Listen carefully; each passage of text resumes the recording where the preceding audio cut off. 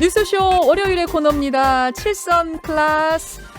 자, 여러분 잘 아시다시피 칠선 클래스의 고정 패널 박범계 의원이 법무부 장관 후보로 지명이 되면서 일단 오늘 스페셜 게스트 아주 어렵게 모셨습니다. 민주당의 5선 서른 의원님 어서 오십시오. 네, 반갑습니다. 새해 복 많이 받으십시오. 새해 복 많이 받으십시오. 그리고 국민의힘 김기현 의원님 어서 오세요. 반갑습니다. 실은 박범계 의원이 지난주에 갑자기 일이 생겨서 못 나오시겠다고 했을 때 저희는 약간 느낌을 받긴 했거든요. 김기현 의원은 눈치 못 채셨어요? 뭐 그런 느낌이 조금 있었습니다. 뭔가 일이 있나 뭐이다. 자, 서른 의원님. 네. 그 박범계 장관의 법무부 앞으로 어떤 방향으로 갈 거라고 보세요? 우리 박범계 장관 후보자죠. 예. 법무장관 후보자는 판사 출신 아닙니까? 그렇죠. 삼선 국회의원이고 노무현 정부 때 이 청와대 민정비서관도 하고 네. 법무비서관도 하고 그래서 뭐 전문성은 뭐 최고급이죠. 그리고 국회 삼선 의원까지 했으니까 네.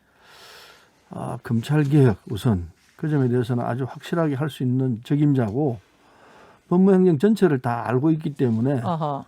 저는 잘 선택했다는 생각이 듭니다. 그 이른바 추윤 갈등이라고 불리던 그 갈등이 굉장히 오래됐어요. 법무부 장관과 총장과의 갈등. 요건 어떤 식으로 진행이 될 거라고 보세요?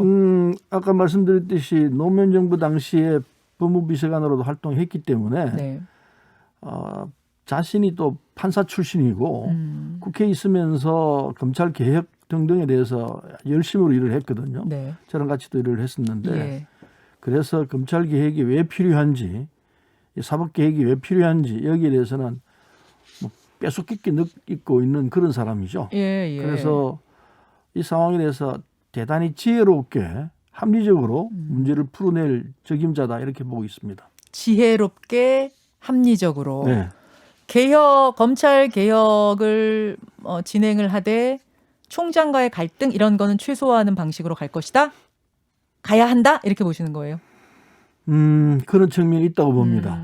아마 개인적으로는 윤석열 총장하고 사이가 나쁜 건 아니었다고 알고 있습니다. 네네. 물론 그때는 이 박근혜 정부 상황 속에서 있었던 상황들로 알고 있습니다만은 그 뒤로 윤 총장이 이 자세를 바꾸는 통에 달라졌습니다만은 과거의 상황은 좋았던 거로 보입니다. 사법연수원 동기이잖아요. 두 분이. 예. 예. 여러 가지 조건에서 좋았던 거로 보이는데 어쩔지 모르겠습니다. 그러나 당이 갖고 있는 기본 입장이 있고 또 국민들이 원하는 바가 있기 때문에 그 조건에서 문제를 풀어낼 거로 보고 있습니다.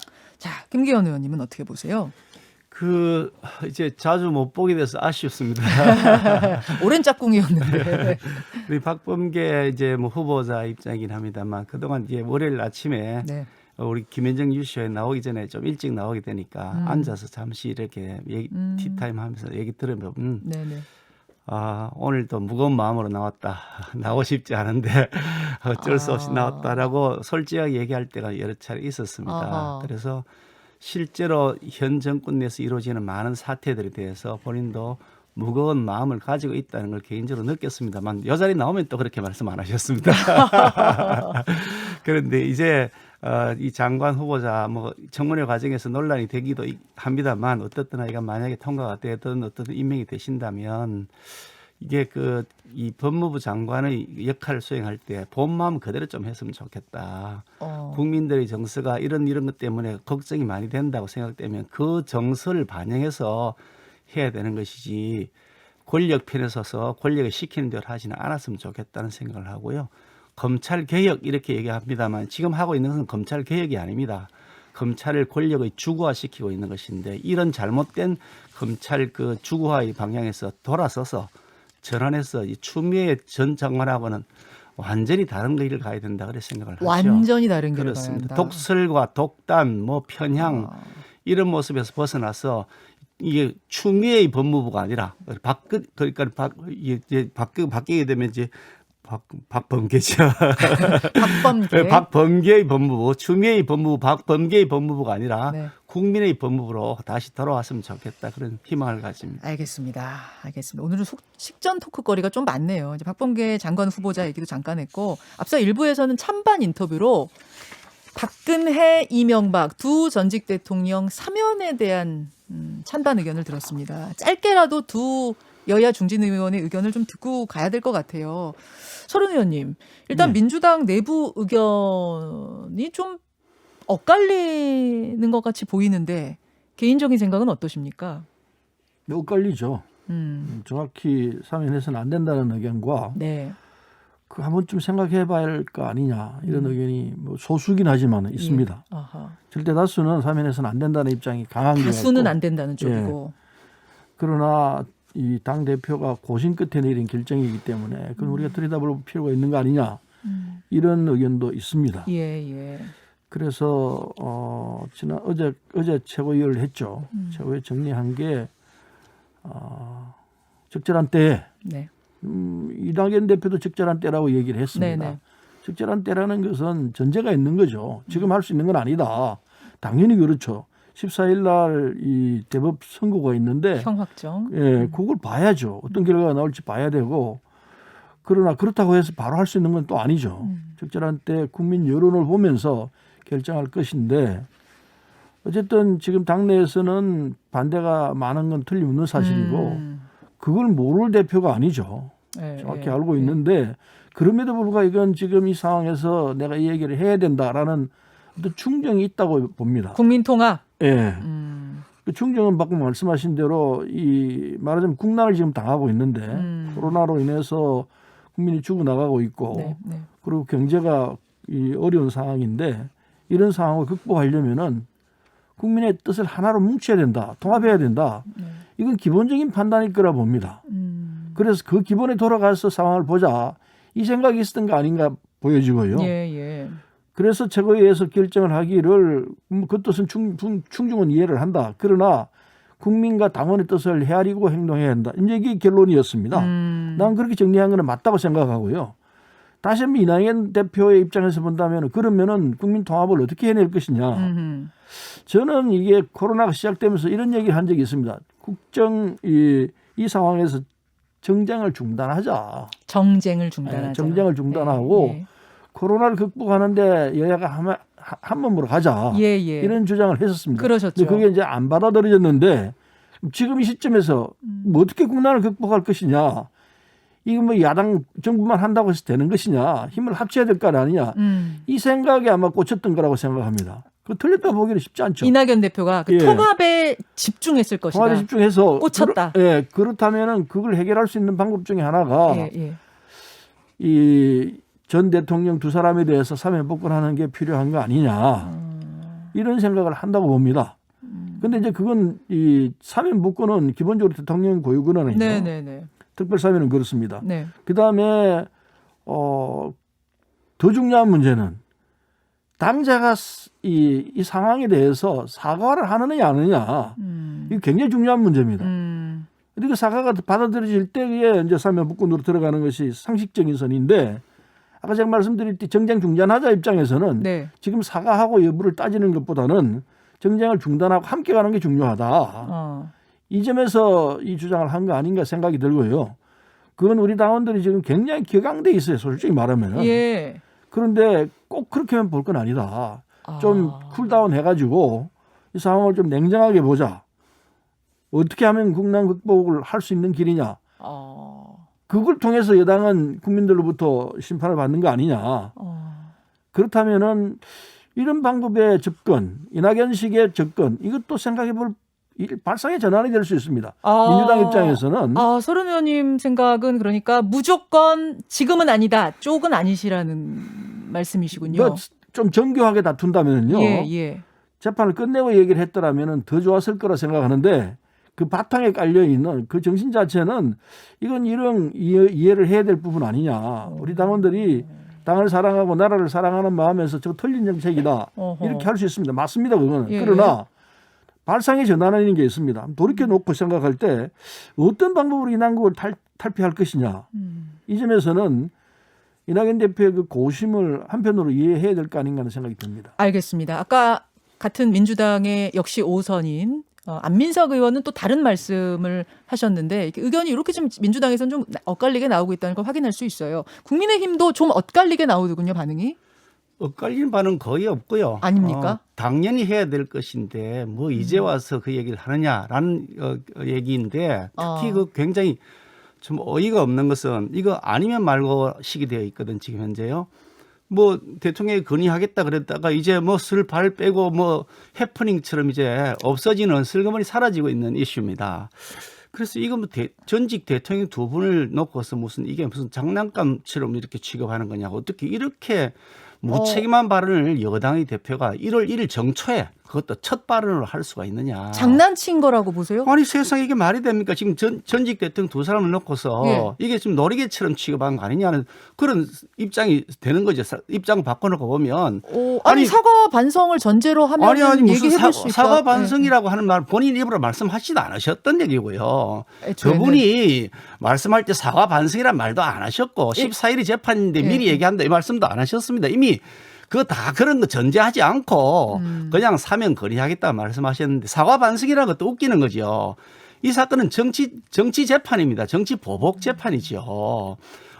이명박 대통령, 박근혜 대통령이 씌워졌다는 죄의 내용이 뭔지 기억하시는 국민들이 많지 않을 겁니다. 그런데 내용을 보면 이명박 대통령의 경우는 뭐 내용이 복잡합니다만 간단하게 얘기하면 다스가 누구 소유냐 이건데 다스라는 회사가 뭐 그게 이명박 대통령 소유든지 아니면 뭐 형제 소유든지 간에 그게 국민들하고 무슨 상관이 있습니까? 그걸로 해가지고 징역 17년을 선고한 거면 나이가 거의 90이 된 사람입니다. 아니 세상에 나이가 80이 되어 있습니다. 지금 이런 분을 그 징역 17년을 보내야 되는 사안이냐. 이게 결국 정치 보복이라는 이슈인데 이걸 가지고서 사과를 하라 반성하라 그러면 세상에 그거 얼마나 모욕적인 발언입니까? 전쟁을 치르더라도 이렇습니다. 이건 뭐 전쟁이 아니고 같은 나라 내에서의 서로 간의 경쟁인 것인데 그게 아니라 적국이 된 전쟁까지 치르더라도 적국의 장수에게 무릎 꿇고 살려달라고 요구하라고 하지 않습니다. 그거는 예의죠. 어떻게 그런 발상을 할 수가 있냐는 거죠. 이 이슈가 왜 갑자기 나왔냐. 저는 이 이슈의 그 원인이 이낙연 대표의 개인적인 문제가 있다고 봅니다. 개인적으로 어떤? 왜냐하면 대표가 된 지 벌써 이제 상당 기간이 지났는데 리더십이 안 생깁니다. 지금 윤석열 총장 그리고 추미애 장관의 갈등 속에서 이낙연 대표께서 제대로 역할을 못 하셨습니다. 아무 역할도 못 하셨고 오히려 더 상황이 악화되도록 하는 그런 원인만 제공했죠. 그것뿐입니까? 서울시장, 부산시장 선거 후보 그거 내면 안 되죠. 우리 당원에 못 내도록 돼 있지 않습니까? 근데 그거를 당의 혁신의 핵심이라고 하면서 주장하셨던 그 이슈를 가지고서 이제 자기들이 필요하다고 그래서 시장 선거 후보 서울 부산시장 선거 후보를 내려고 당원을 슬그머니 고쳤습니다. 그렇게 하면서 원칙을 잊어버리고 그때 따라서 제대로 된 리더십을 발휘하지 못한다고 하니 그것 때문에 이제 급한데 뭔가 이슈를 한번 제기해보자 하는 차원에서 현 대통령과 차별화된 전략을 좀 쓰고 싶다. 차별화 전략을 써서 존재감을 부각시키기 위한 거 아니냐? 것이다. 저는 그렇게 판단을 하는 거죠. 그러니까 당사자 입장에서는 매우 화가 나는 거지. 내가 무슨 장난감이냐? 뭐 그렇게 생각이 들 수밖에 없는 거죠. 그런데 참 말씀 지나치게 하네요. 새 첫 벽두부터 이렇게 말씀하기는 좀 그렇습니다만은 아니 이명박 박근혜 전 대통령들이 잘못한 게 하나도 없습니까? 사법부에서 그만큼 죄를 때렸던 건 아닙니까? 우리가 하라고 그랬습니까? 사법부 결정해가지고 법대로 절차대로 따박따박 했던 건데 그게 무슨 잘못이라고 지금 죄 없는 사람이라고 그렇게 주장하십니까? 죄가 없는 지금 감옥에 들어가 있습니까? 말이 안 되는 소리죠. 문제는 그걸 정치적으로 우리가 어떻게 처리를 할 것이냐 이게 남아있는 부분입니다. 사법부에서 결정은 판사시하잖아요. 김기현 의원 판사 아닙니까? 판사 출신 아닙니까? 판사들이 내리는 결정에 대해서 우리가 뭐라고 얘기하겠습니까?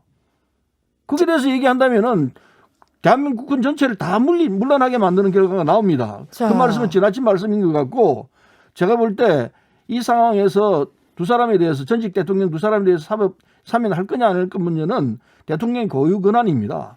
대통령께 상황을 보시고 판단하면 된다고 생각합니다. 우리 당이 갖고 있는 기본 입장은 아까 말씀드린 대로 국민과 당원의 뜻을 존중해서 할 것입니다. 자, 이게 아마 뒤에 저희가 들어가고자 하는 본론 토크가 연결이 되는 얘기일 수도 있어요. 이게 지지율과 관련된 부분이어서 김기현 의원 더 여기서 덧붙이실 말씀 없으면 좀 넘어가서 더 이야기를 이끌어가고. 한 말씀 더 드려야죠. 간단하게 하시겠습니까? 예. 그 이명박 대통령, 박근혜 대통령에 대해서 재판이 이루어져서 한 사람에 대해서는 징역 17년, 한 사람은 뭐 징역 처음에 30년 했던 20년으로 뭐 줄였다고 한다는데 그 내용을 보면 과연 이게 그렇게 선거해야 될 것인지에 대한 강력한 의문이 드는 겁니다. 그러니까 이 정치 보복이라고 하는 것이고요.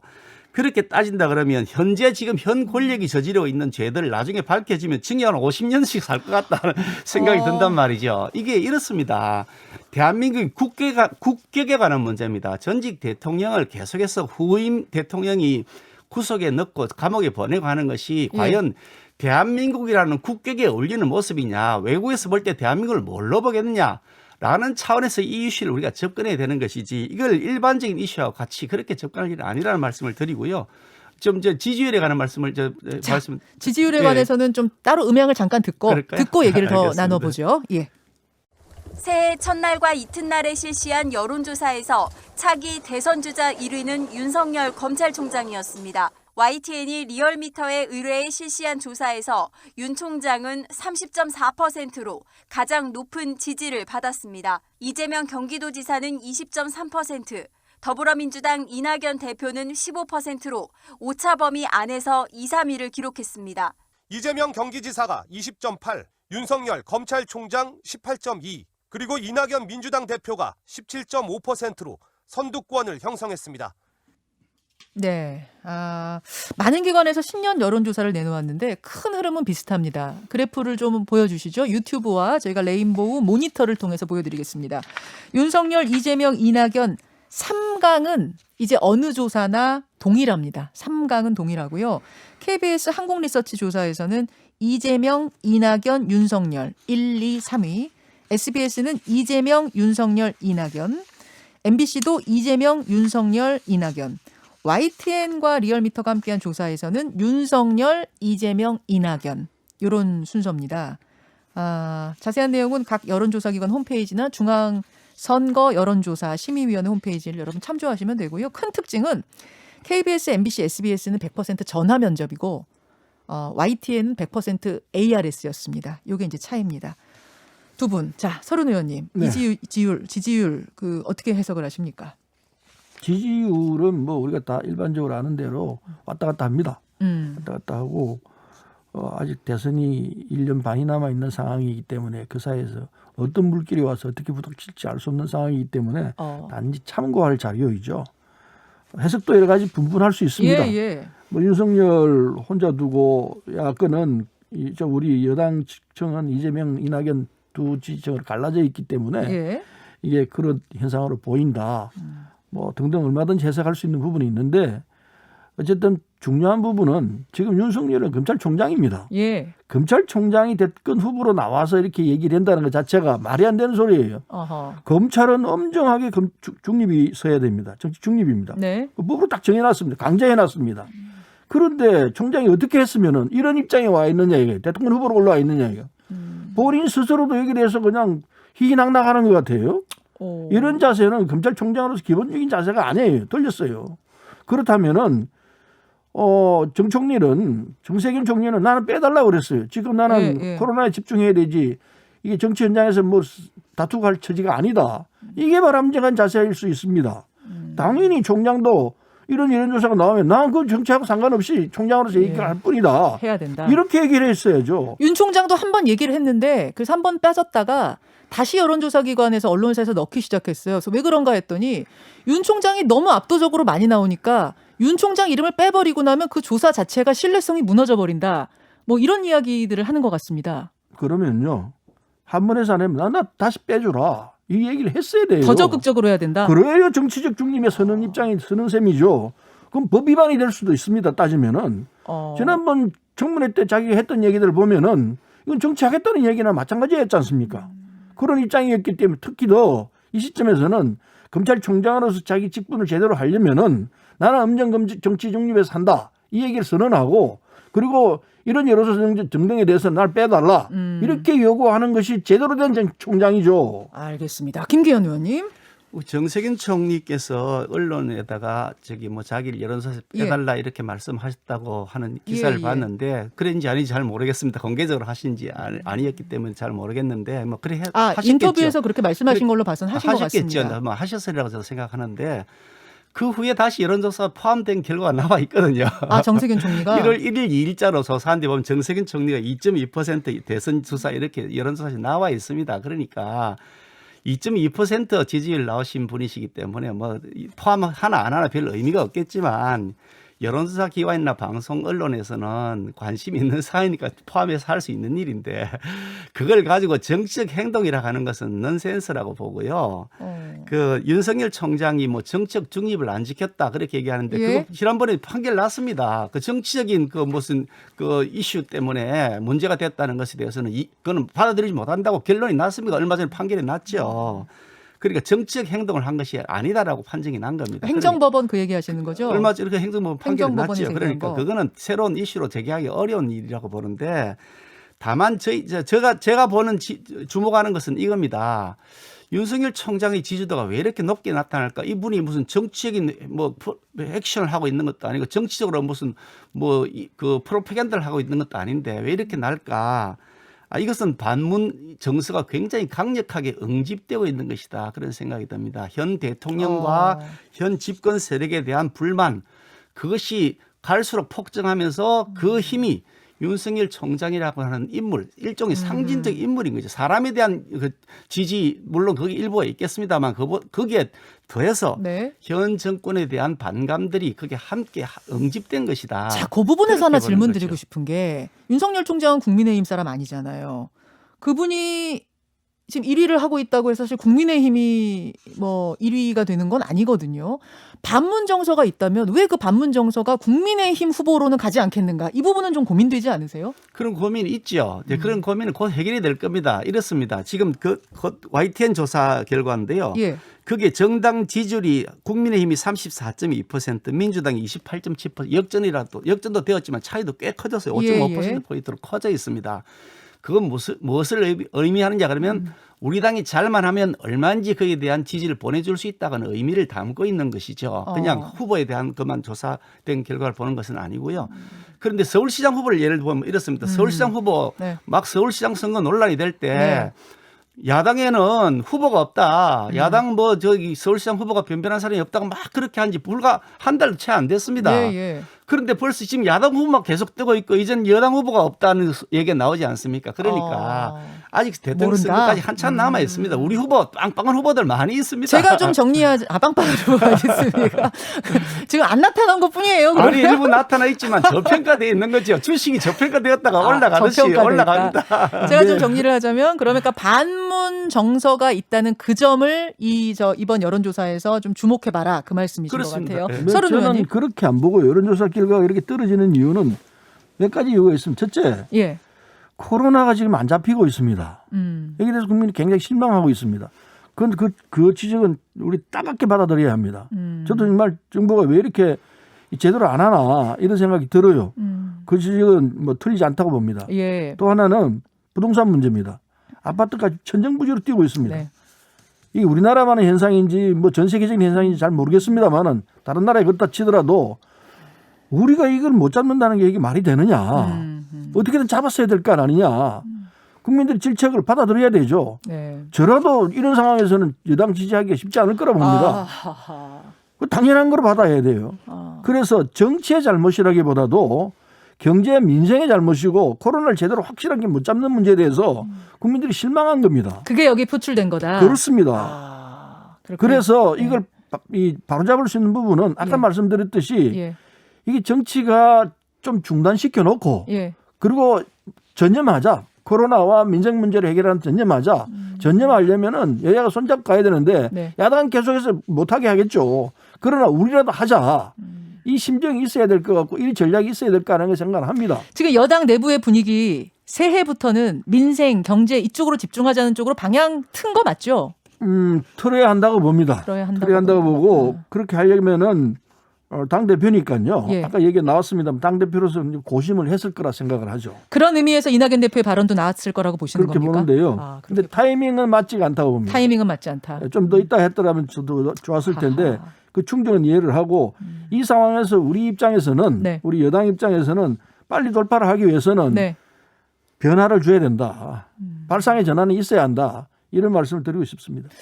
자, 예, 오늘 신년 첫 말씀드려야 됩니다. 한 말씀 하십시오. 한 말씀 하십시오. 예. 정쟁 중단하자는 거는 야당이 벌써부터 했던 얘기들입니다. 아니 지금 이게 지지율 제가 했던 이야기 한 번도 한 적이 없어요. 야당이 뭐 분란 일으킨 게 아니고 여당 내부에서 분란이 난 겁니다. 윤석열 추부의 갈등이 왜 야당이 부추긴 겁니까? 여당 내부에서 난 일이죠. 그뿐이니까 코로나 네. 우리가 방해한 게 뭐가 있습니까? 우리가 적극 협조를 했죠. 그런데 코로나 이렇게 벌어진 게 정부 여당의 잘못이 야당의 무슨 잘못이 있습니까? 국회를 독단적으로 운영하고 상임위원회를 전부 다 가져가 버리고 그 이낙연 대표실에 일어났던 일 아닙니까? 다 가져가 버리고 부동산 문제 마음대로 법을 통과시켜서 이렇게 만들었지 않습니까? 지금 그렇죠. 우리가 다 가져갔습니까? 줬으니까 이 위원장을 받았죠. 무슨 소리 하십니까?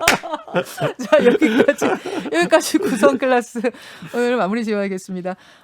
구선 두 분 고생하셨습니다. 네, 감사합니다. 감사합니다. 서른 의원, 김기현 의원이었습니다. 김현정의 뉴스쇼는 청취자 여러분의 참여로 이루어집니다. 트위터, 페이스북, 레인보우 게시판, 그리고 단문 50원, 장문 100원의 유료 문자 샵 1212, 우물정 1212 통해 참여하실 수 있습니다. 김현정의 뉴스쇼, 여러분과 함께 만듭니다.